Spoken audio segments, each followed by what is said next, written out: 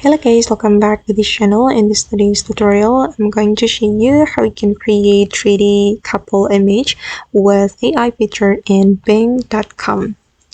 Okay, let's get into it guys. First of all, you need to go to your browser and try to search for this website, Bing.com. Once you have found this website, you can open this website and use AI feature in this website to create 3D couple image. And don't forget to log into this website with your account to use features in this website. And after that, we're going to use the prompt to create 3D couple image. Actually, I have made a prompt with ChatGPT, so I'm just going to copy the prompt. I'm going to paste the prompt right here, and we can click on enter. Okay, and now the image is being created, and you just need to wait for a moment.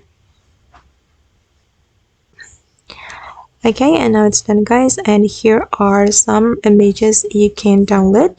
You just need to click on the image and then click on this download button to save it to your device.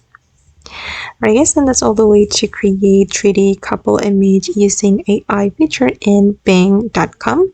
I hope this tutorial will be useful for you. Thank you so much for watching and see you in the next video.